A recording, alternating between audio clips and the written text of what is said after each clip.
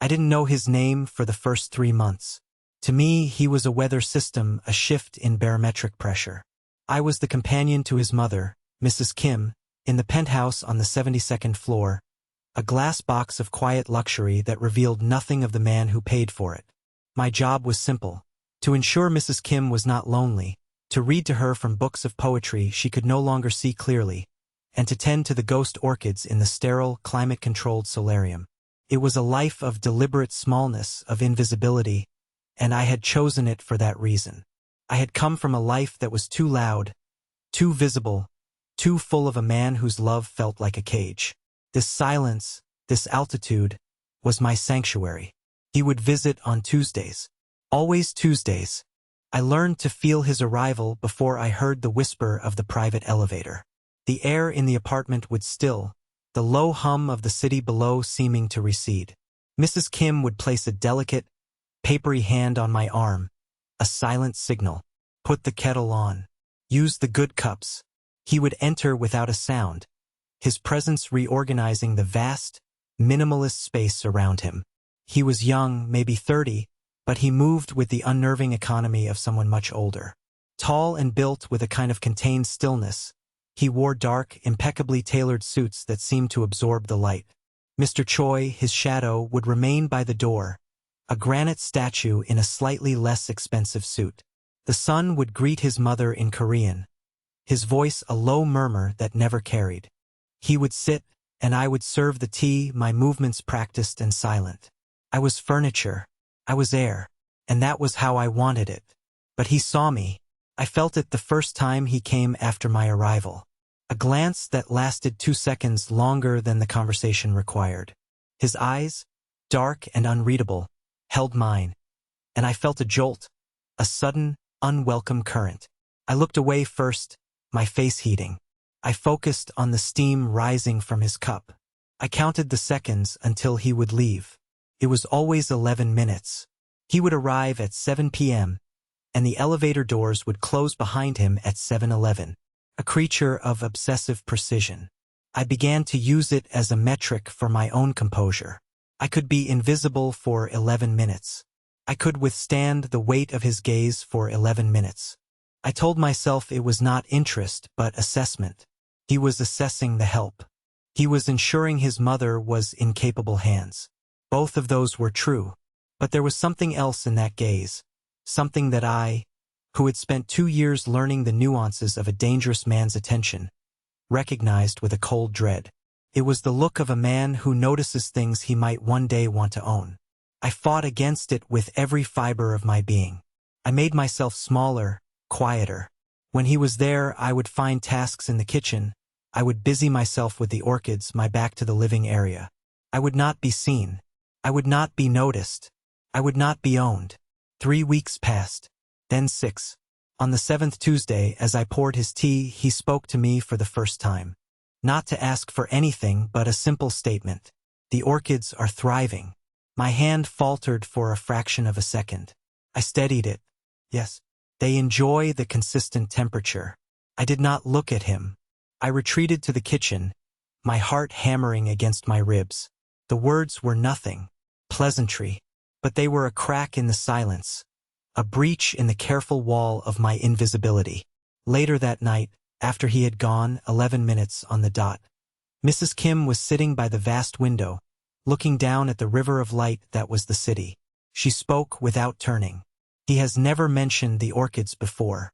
I didn't know what to say to that. I busied myself wiping down a counter that was already clean. The silence stretched, and I learned then that silence, with Mrs. Kim, was a language. This one was weighted with meaning I wasn't ready to decipher. I know this now, looking back, that this was the beginning. The first subtle rerouting of the water around the stone.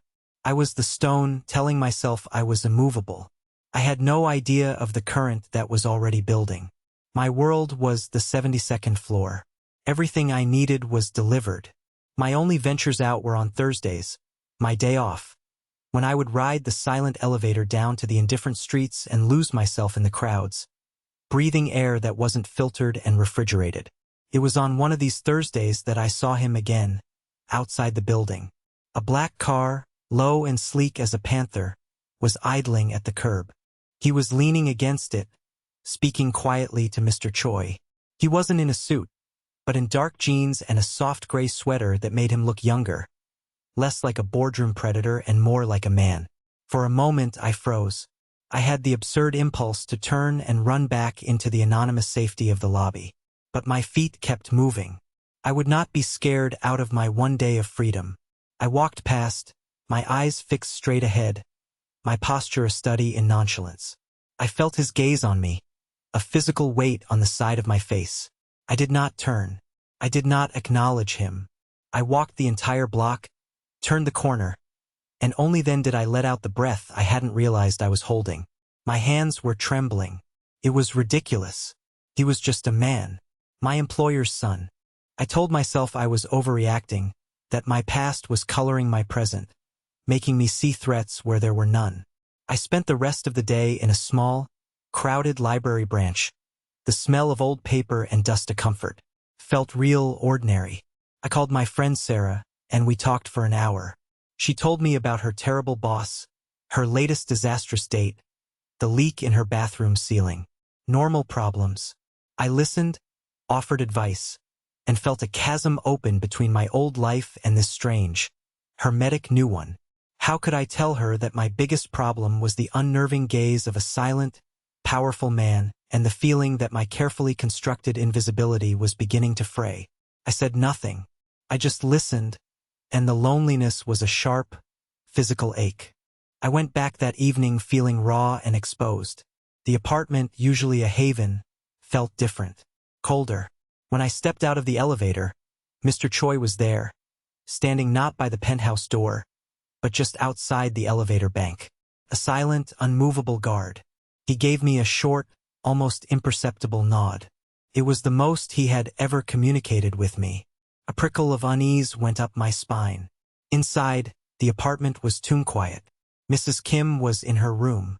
On the kitchen counter, next to the sleek, imported coffee machine, was a small porcelain pot of jasmine tea. The exact kind I had mentioned liking to Mrs. Kim weeks ago, the kind I used to buy for myself from a little shop downtown before I took this job. I stared at it. It was a small thing, kindness, but it felt like an intrusion, felt like being watched, listened to, even when I thought I was alone. I told myself Mrs. Kim had remembered and asked someone to procure it. It was a sweet gesture from a sweet old woman. I knew, even as I thought it, that I was lying. Mrs. Kim's memory was a fragile, drifting thing. She wouldn't have remembered. He had. That Tuesday, he arrived at 6:58, 2 minutes early. The disruption of the routine was more jarring than an earthquake. Mrs. Kim's hand on my arm was tighter than usual. I put the kettle on, my movements stiff. When I carried the tray in, I used the new jasmine tea. I didn't look at him, but I was aware of him, of the way he watched me pour. He took the cup, raised it to his lips, and inhaled the steam. A good choice, he said, his voice quiet. My heart did a slow, painful flip. I murmured a thank you and retreated, but I felt his eyes on my back the entire way. He stayed for 14 minutes, 3 minutes longer than the conversation required. I counted every single second of the overrun. When he left, the silence he left behind had a new texture. It was no longer peaceful. It was charged, expectant. The week that followed was a week of small, inexplicable things. A first edition of a poetry collection I'd said I admired appeared on the living room table. The thermostat, which I always found too cold, was suddenly set to my preferred temperature each morning. A new, softer blanket was draped over the armchair where I liked to read. I was being studied. My habits, my preferences, my quiet little comforts. They were being noted and catered to with a silent, unnerving efficiency. I felt like a specimen under a microscope. I began to feel a strange, creeping claustrophobia. The beautiful glass box was starting to feel like a cage again, but this one was padded with velvet. I tried to push back. I started taking the stairs down the single flight to the gym on the 71st floor instead of the elevator. I pointedly bought a different, cheaper brand of tea on my next day off and left it on the counter. I moved the thermostat back to its original setting. Small, pathetic acts of rebellion. They went unnoticed. Or, if they were noticed, they were ignored. The jasmine tea remained. The blanket stayed on the chair. The temperature was always reset by morning. I was not being controlled. I was being cared for. And the distinction was terrifying. Because care, in my experience, was simply the prelude to control. It was the sweet bait in the trap. One evening, I found Mrs. Kim on the enclosed balcony, staring out at a sky bruised gold with sunset. She was holding one of the ghost orchids, its delicate white bloom almost translucent in the fading light. "He worries," she said, not looking at me. I knew who he was. "He doesn't know how to show it in the usual ways." I stayed silent, my hands clenched at my sides. "My husband was the same," she continued, her voice soft and distant. "A man who builds walls so high thinks the only way to care for someone is to put them inside the walls with him. He doesn't understand that some people need the open air." She turned to me then, her eyes cloudy with age but sharp with an insight that cut right through me. "But a high wall can also keep the wolves out, child. You must decide if the safety is worth the view." Her words stayed with me, echoing in the quiet corridors of the apartment. I felt seen, understood, in a way that was both comforting and deeply unsettling. She had named the central conflict of my existence here. Was I a guest or a prisoner? Was this protection or possession? The following Tuesday he didn't come. There was no call, no explanation. 7 p.m. came and went. 7:11 passed in dense, unbroken silence. The absence was louder than his presence had ever been. I found myself glancing at the elevator doors, a knot of something I refused to name tightening in my stomach. I told myself it was relief. The disruption of the routine was a good thing. It proved he wasn't some kind of machine. But it didn't feel like relief. Felt like a held breath. Mr. Choi was still there, a stoic fixture by the door, but his stillness seemed different, more alert, tenser. The next morning I saw it. On the balcony, nestled among the pristine pots of the orchids, was a single perfect camellia, its petals the color of dried blood. It hadn't been there the night before. And beside it, one of the delicate terracotta pots was cracked neatly in half, the orchid inside drooping, its roots exposed to the air. It wasn't accidental. It was placed. It was a message. My blood ran cold. I backed away slowly, my mind refusing to process what I was seeing.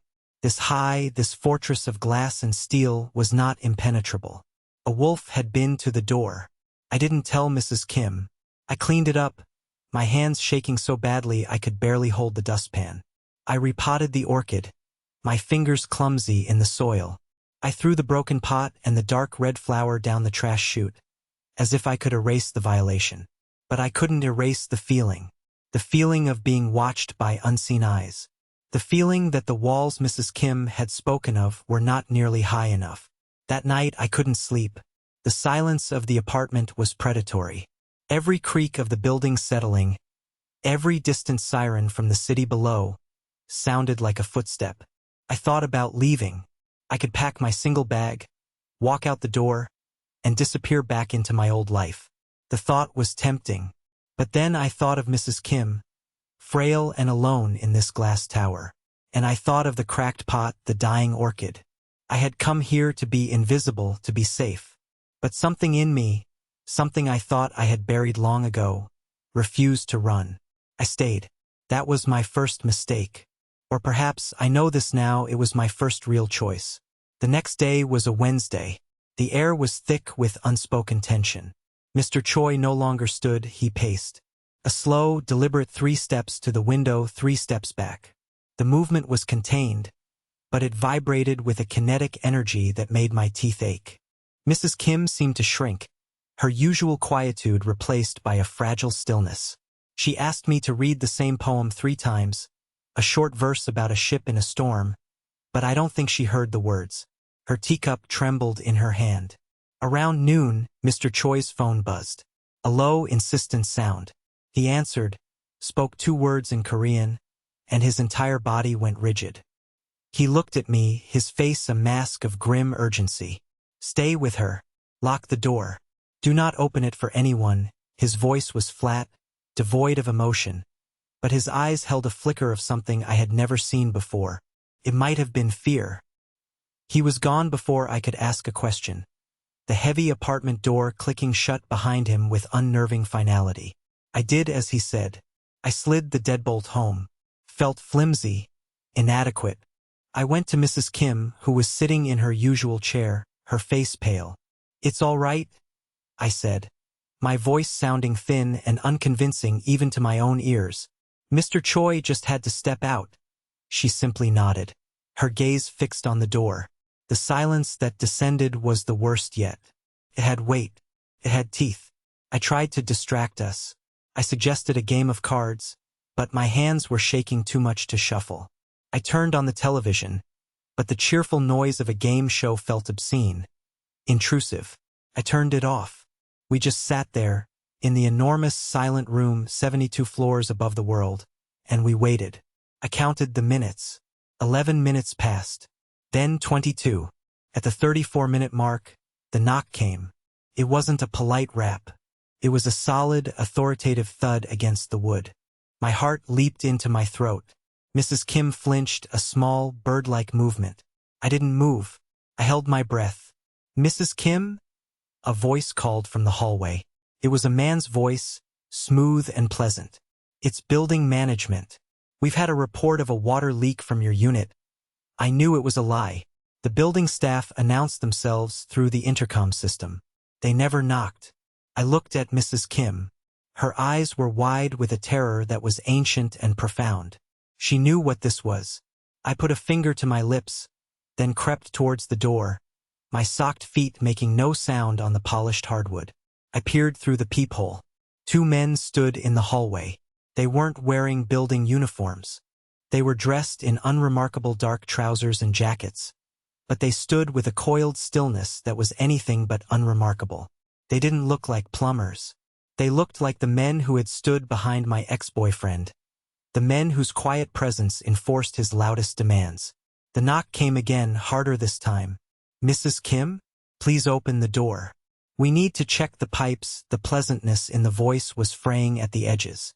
I backed away from the door, my mind racing. The panic button. Mr. Choi had shown it to me on my first day. A small, discreet button under the lip of the kitchen island.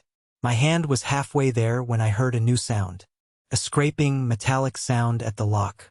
They were picking it. There was no time. Mrs. Kim let out a small, terrified gasp. I looked around the room, my eyes darting, searching for a weapon.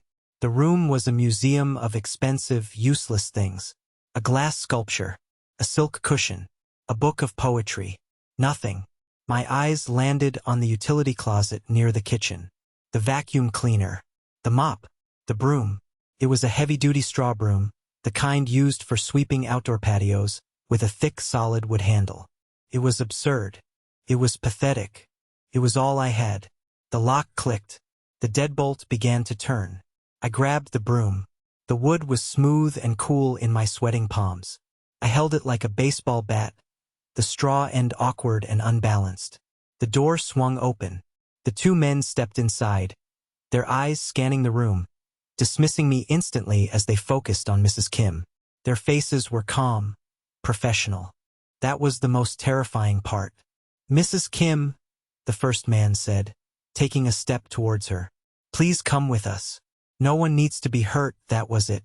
That was the moment the fear curdled into something else. Something hot and sharp and furious. The sight of this frail old woman, who had shown me nothing but quiet kindness, being threatened in her own home by these calm, reasonable monsters. They had dismissed me. They had looked right through me. I was furniture. I was air. And furniture, I thought, with a surge of wild, desperate clarity, can be thrown. I screamed. It was a raw, ragged sound that tore out of my throat, surprising me as much as it did them. The first man turned, his eyes widening in shock. In that split second of surprise, I swung the broom. I wasn't aiming. I just swung with all the force of my terror and my rage. The heavy wooden handle connected with the side of his head with a sickening thud. He staggered, a grunt of pained surprise escaping his lips. The second man started towards me, his face a mask of fury. I didn't wait. I jabbed the straw end of the broom forward, into his stomach. It wasn't a damaging blow, but it was awkward and unexpected. He stumbled back, batting at the scratchy bristles as if they were a swarm of bees. I swung the handle again, wildly, a clumsy arc of wood and straw, caught the second man on the shoulder. He swore, grabbing his arm. The first man had recovered, his hand going to the inside of his jacket. I didn't think. I just reacted. I brought the broom handle down hard on his outstretched hand. I heard a sharp crack, and he howled, cradling his fingers. They hadn't expected a fight. They had expected a terrified old woman and a meek little caretaker. They had not expected a cornered animal with a piece of wood. The second man lunged for me. I sidestepped, bringing the broom handle up to block his arm. The wood shuddered with the impact. He was stronger than me, much stronger, and he shoved me backwards. I tripped over an ottoman, falling hard onto the plush carpet. The broom clattered out of my grasp. He was on me in an instant, his hand grabbing the front of my shirt, hauling me up. His face was inches from mine, his breath sour. "You stupid bitch," he snarled. And then, behind him, I saw Mrs. Kim. She was on her feet, her frail body trembling. In her hand, she held the heavy glass sculpture from the side table. With a small, fierce cry, she brought it down on the back of his head. The sound was a dull, heavy crunch. His eyes went wide, unfocused. His grip on my shirt loosened, and he crumpled to the floor, unconscious. The first man, his hand broken, stared at his partner on the ground, then at the tiny, trembling old woman holding the sculpture, then at me scrambling back to my feet. His professional calm was gone, replaced by disbelief and fury. He took a step towards Mrs. Kim. I launched myself forward, grabbing the fallen broom, and slammed the handle into the back of his knees. He buckled with a cry of pain. At that exact moment, the wail of sirens grew from a distant cry to an overwhelming shriek, seemingly right outside the building. The man's head snapped up, his eyes wide with alarm. He gave me one last look, a look of pure hatred, then turned and fled, limping heavily out the open door and disappearing down the hall. The apartment was suddenly, deafeningly silent, save for the sound of the approaching sirens, the unconscious man's ragged breathing, and my own heart, which felt like it was trying to beat its way out of my chest. I stood there, panting, my knuckles white on the broom handle. One end of the straw was bent, and a crack ran up the wood. Mrs. Kim let the sculpture fall from her hand. It landed on the thick carpet with a soft thud. She looked at me, her chest heaving, and gave a small, shaky nod. We stood there for a full 10 seconds, two women in a silent, wrecked penthouse, surrounded by the evidence of a battle we should never have had to fight. And then the elevator doors hissed open down the hall, and I heard his footsteps. Fast. Urgent. He appeared in the doorway, his usual contained stillness shattered, replaced by a kinetic fury that seemed to suck all the air from the room. His eyes took in the scene in a fraction of a second. The unconscious man on the floor, the disarray, Mrs. Kim pale and trembling, and me, standing with a broken broom in my hands, my hair wild, a tear in my sleeve. His gaze landed on me and stayed there. The inferno in his eyes banked, replaced by something else, something sharp and focused and terrifyingly intense. He crossed the room in 2 long strides, his movements silent and predatory. He didn't look at his mother. He didn't look at the man on the floor. He came straight to me. He stopped less than a foot away, and the sheer force of his presence was a physical blow. I braced myself for shouting, for anger, for an interrogation. Instead, he just looked at me, his eyes scanning my face, my arms, my hands, searching for injury. His own hands came up, slow and deliberate. He didn't touch me, not yet. They hovered in the air inches from my skin. "Are you hurt?" His voice was a low growl, barely audible, but it cut through the ringing in my ears. I shook my head, unable to find my voice. The adrenaline was draining out of me, leaving a profound, bone-deep tremor in its wake. "I'm fine," I managed to whisper. It was a reflexive lie, the armor I had worn for years. The first lie I ever told him. His jaw tightened. He knew it was a lie. His eyes flickered to the tear in my sleeve, the red mark on my neck where the other man had grabbed me. Then he reached out, his movements impossibly gentle, and tucked a strand of hair that had fallen across my face back behind my ear. The touch was featherlight, a ghost of warmth against my cold skin, but it sent a shockwave through my entire system. It was the most tender gesture I had ever received from a man. And it came from him. In that moment, with his mother watching and a man bleeding on his priceless rug, his focus was entirely, terrifyingly on me. He looked at my hands, still clenched around the splintered broom handle. Slowly, he curled his fingers around mine, his warmth seeping into my frozen skin, and gently unlaced my grip. He took the broken broom from me and let it fall to the floor. "They will not touch you again," he said. It was not a promise. It was a statement of absolute fact. A law of nature he was declaring into existence. Just then, Mr. Choi appeared in the doorway, flanked by two other men in dark suits. They moved with a silent, frightening efficiency, their eyes sweeping the room, assessing, calculating. Mr. Choi's gaze met his boss's, and a whole conversation seemed to pass between them in a single silent look. Mr. Choi gave a curt nod. He and one of the men lifted the unconscious intruder as if he weighed nothing and carried him out. The third man stayed behind, pulling on a pair of gloves and beginning to, inexplicably, wipe down the doorframe. The sirens were fading. They had never been coming here. They had been a diversion. I realized with a sudden, sickening clarity that this was a world with its own emergency services. A world that cleaned up its own messes. He never took his eyes off me. His hand was still near mine, not touching, but radiating a heat that was the only solid thing in my spinning reality. "You came," I whispered, the words nonsensical. It was his apartment. Of course he came. He seemed to understand what I meant. A flicker of something, regret, maybe, passed through his eyes. Not soon enough, just that. 2 words. But they held more than any apology I had ever heard. He finally turned to his mother, speaking to her in low, rapid Korean. She responded, her voice weak but firm, and gestured towards me. His gaze snapped back to my face. A new emotion was in his eyes now, something I couldn't read. It was complex, layered. It looked a little like awe. He took a half-step closer. "My mother says you were brave." I shook my head. "I was scared." "Both of those can be true," he said, his voice quiet. He looked around the room, at the fallen sculpture, the scuff marks on the floor, the broken broom. It was the first time he seemed to register the scene. A muscle feathered in his jaw. The cold, controlled fury was back, but it was a distant storm now. His attention returned to me.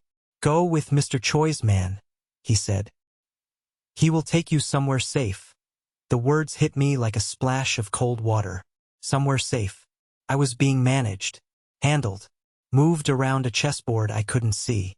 The familiar feeling of being caged rose in my throat, hot and choking. "No," I said, my voice stronger than I expected. "My place is here."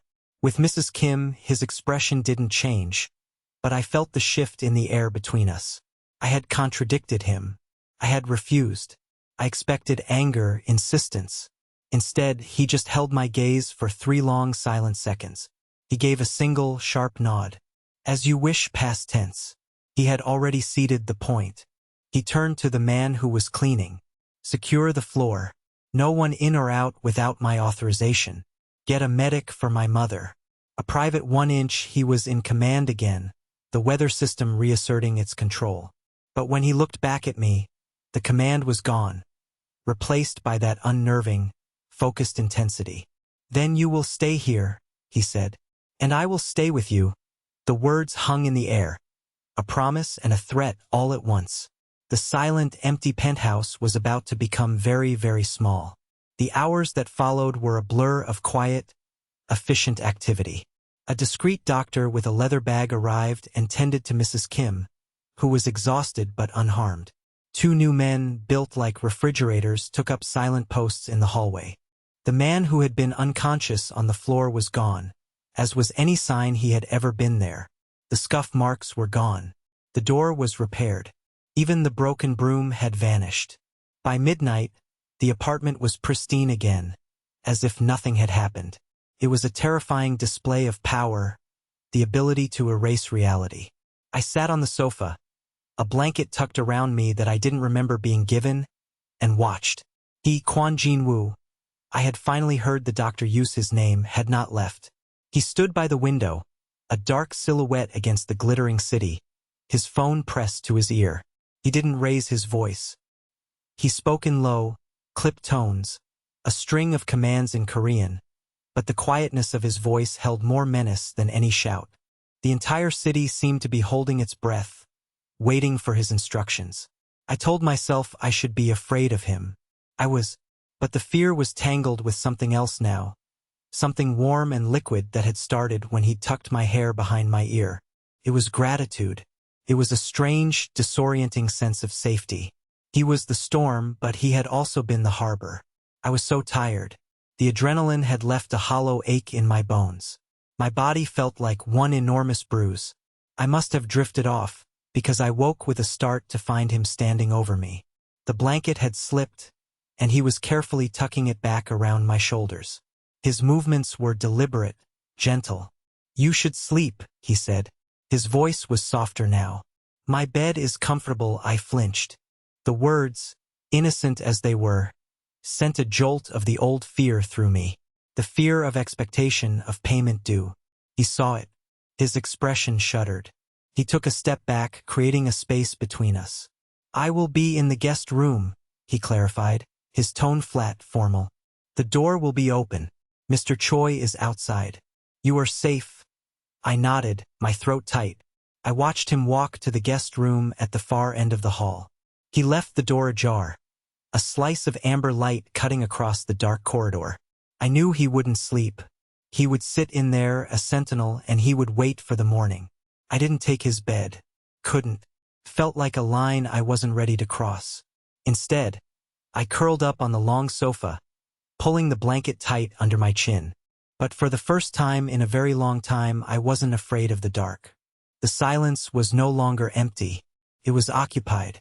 It was the silence of a predator standing guard over my sleep. And for one night, that was the most comforting sound in the world. I slept.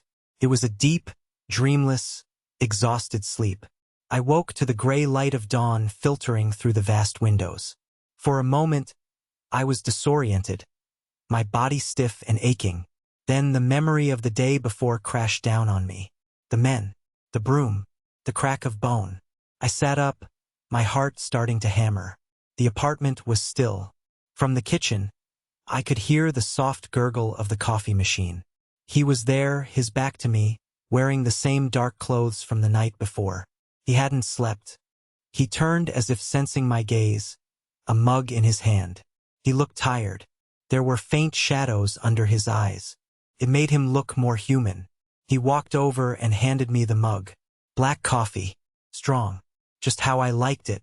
Of course he knew. "How are you?" he asked. Not, "Are you hurt?" Not, "Are you all right?" But, "How are you?" A real question. "I'm sore," I said, my voice raspy. It was the truth. But I'm fine this time. It wasn't a lie. I was fine. Battered and shaken, but whole. I was here. We were here. He gave a short, sharp nod, as if I had passed some kind of test. An almost smile touched his lips for a fraction of a second before vanishing. It was the first one I had seen directed at me. My breath caught. He sat down, not on the sofa with me, but in the armchair opposite, creating a deliberate, respectful distance. He held his own mug, the warmth seeping into his fingers. We sat in silence as the sun rose, painting the sky in shades of bruised purple and soft rose. The city below began to wake up, a slow, inevitable tide of light and sound. The silence wasn't awkward. It was a shared space, a respite. "What happens now?" I asked, my voice small in the vast room. He looked at me over the rim of his mug. His gaze was direct, unwavering. "The men who came here were sent by a rival. His name is Park. He thought to use my mother as leverage in a business negotiation. He said it so calmly, as if discussing stock prices. A business negotiation. My mind reeled. The terror, the violence, the frantic, desperate fight. It was all just a line item on a ledger somewhere. He made a mistake, Jin-woo continued, his voice dropping, the quiet menace returning. He underestimated my mother. And he underestimated you. He took a sip of his coffee. He will not make that mistake again. The problem is being handled. I didn't need to ask what that meant. Handled was a word that lived in a world of shadows and quiet, irreversible actions. A world I had stumbled into with a broom in my hand. And me? I asked. Am I part of the problem to be handled? The question was sharper than I intended, laced with the old defiance. I would not be a pawn. I would not be a piece on his board. He put his mug down on the table with a soft click. He leaned forward, his forearms on his knees, his full attention on me. You, he said, his voice low and intense, are the reason the board is being cleared. I didn't understand. I just stared at him, my mind trying to catch up. My life is complicated, Alara. He used my name for the first time. It sounded strange and formal and incredibly intimate on his lips. It is dangerous. I have kept it separate from my mother for a reason. I built this place for her to be above it. Untouchable, he paused, his gaze dropping to my hands, which were wrapped tightly around my warm mug. Yesterday that wall was breached, and you were standing on it. You held the line. For that, I owe you a debt. I don't want a debt, I said quickly. I did it for your mother. I did it because they were monsters. I know, he said. That is why the debt is not one that can be paid with money. He stood up and walked back to the window, looking down at the city. You have two choices. You can leave. I will give you enough money to go anywhere, to start a new life where no one will ever find you. You will be safe. I will ensure it. My heart clenched. The offer of escape. The open door. It was what I thought I wanted. Freedom. Anonymity. Or, I whispered. He turned back to me. The morning light caught the sharp lines of his face, the exhaustion and the power warring in his expression. Or you can stay. But if you stay, you can no longer be invisible. The people who know of me now know of you. The woman who fought for my mother. To be near me is to be a target. To be protected by me is to live inside the walls. There it was. The choice Mrs. Kim had spoken of. The safety versus the view. I will not be your prisoner, I said, the words coming out stronger than I felt. An almost smile flickered again. I have no interest in prisoners. A prisoner is a liability. I am offering you a fortress. What you do inside its walls would be your own concern. He let the words hang in the air. He was not persuading me. He was stating facts. He was laying out the options with the cold clarity of a surgeon. The choice was mine. Utterly, terrifyingly mine. I thought of my old life, of Sarah and her leaky ceiling, of the mundane, ordinary world that felt a million miles away. I could go back. I could disappear. But I also thought of the creeping dread of that life, the man I had run from, the feeling of being slowly erased by a love that was a cage of a different kind. Here, the danger was honest. It was open. It stood in front of me in a dark suit and offered me a choice with its eyes wide open. Why? I asked, the question costing me something. Why offer me the choice at all? It would be easier to just handle me. He was silent for a long moment. He walked back to the armchair and sat down, his gaze never leaving mine. Because, he said, and his voice was different, quieter, stripped of all its command. For 11 minutes every Tuesday, watching you exist in this room without expectation, without demand, was the only part of my week that was not a negotiation. The confession was so stark, so unexpected, it knocked the breath out of me. And yesterday, he continued, when I saw you standing there, with that ridiculous broom in your hands, terrified and unbroken, I realized I did not want my world to exist without you in it. He said it like he was stating a fact, like a law of physics. The sun rises in the east. Water is wet. I do not want my world without you. I said nothing, couldn't. I just stared at him, my carefully constructed walls crumbling to dust. He had seen me. He had seen all of me, the quiet, the defiant, the terrified, the brave. And he had not tried to cage it. He had offered it a fortress. "I need to check on your mother," I said, standing up on shaky legs. It was a retreat, a desperate bid for time to think. He simply nodded, accepting my deflection. As I walked towards her room, I felt his gaze on my back. It was no longer the assessing gaze of an owner. It was the watchful gaze of a guardian. And I knew, with a certainty that settled deep in my bones, that I was not going to run. The days that followed were a strange limbo. Jin-woo did not leave. He worked from the apartment, a silent, brooding presence in the study, a constant stream of dark-suited men coming and going from the service elevator. The air hummed with his power. But with me, he was different. He was quiet, observant, and unfailingly respectful of my space. He would make coffee in the mornings, and we would drink it in silence.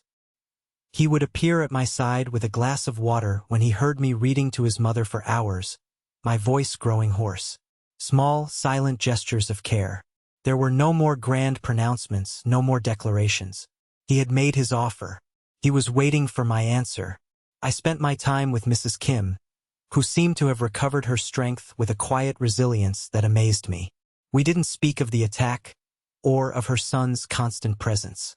Instead, we talked of poetry, of the changing seasons visible even from our glass tower, of the ghost orchids that were, against all odds, thriving. One afternoon, she touched my hand, her skin like parchment. "A fortress can be a home, Alara," she said softly. "If the person who built it gives you your own key." I knew she was right. I was just afraid to take it. The tension between protection and my own fierce need for autonomy was a constant thrum under my skin. I found myself testing the bars of this new, gilded cage. One afternoon, I announced I was going out, just for a walk. I needed air that wasn't recycled. I expected an argument, a refusal. Jin-woo was on a call in his study, the door slightly ajar. I saw him look up, his eyes meeting mine. He said something quiet into his phone and hung up.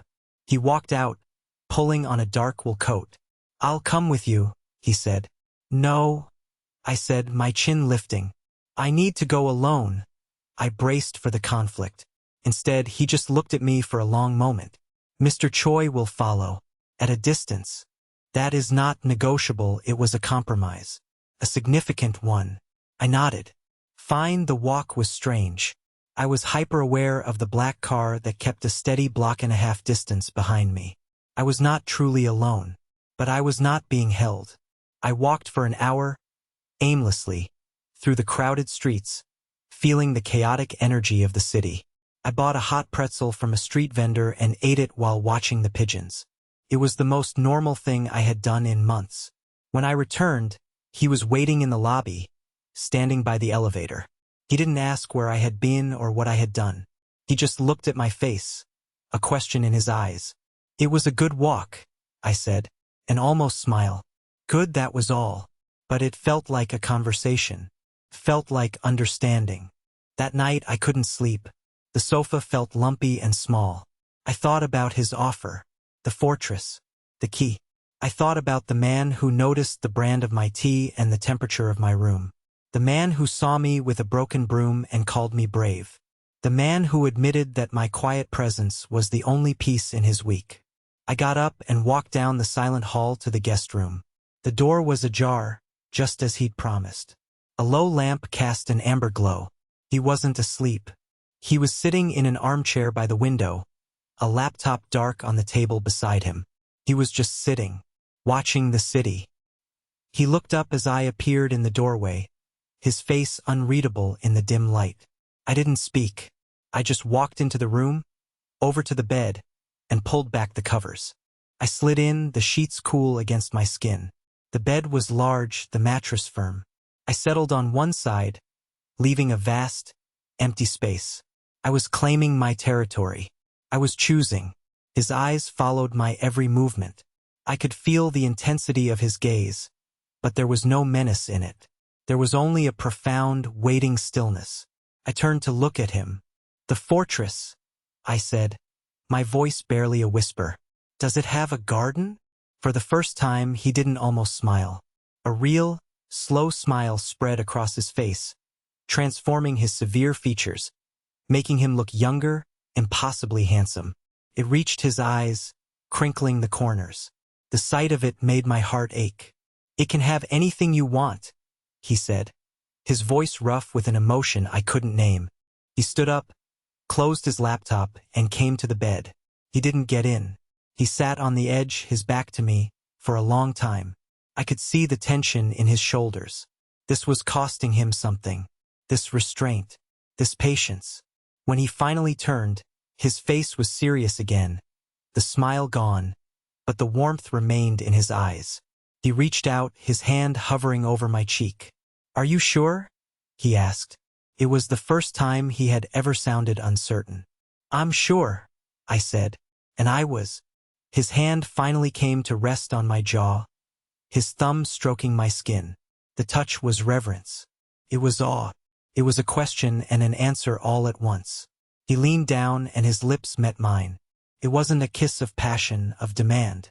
It was a kiss of quiet confirmation, a seal on a pact. It tasted of black coffee and sleepless nights and a loneliness so profound it mirrored my own. When he pulled back, his forehead rested against mine. "Alara," he whispered, my name a prayer, and in the amber light of the quiet room, 72 floors above the indifferent city, I knew I was home. The choice, once made, settled into a new kind of reality. December arrived, dusting the city in a thin layer of frost. The world outside the windows turned crystalline and sharp. Inside, a quiet warmth began to grow. Jinwoo's presence was no longer a disruption. It was a baseline. The hum of his quiet work in the study, the soft click of his door opening in the morning, the weight of his gaze on me as I read to his mother, it all became part of the texture of my days. He was a man of routines, and I became his most cherished one.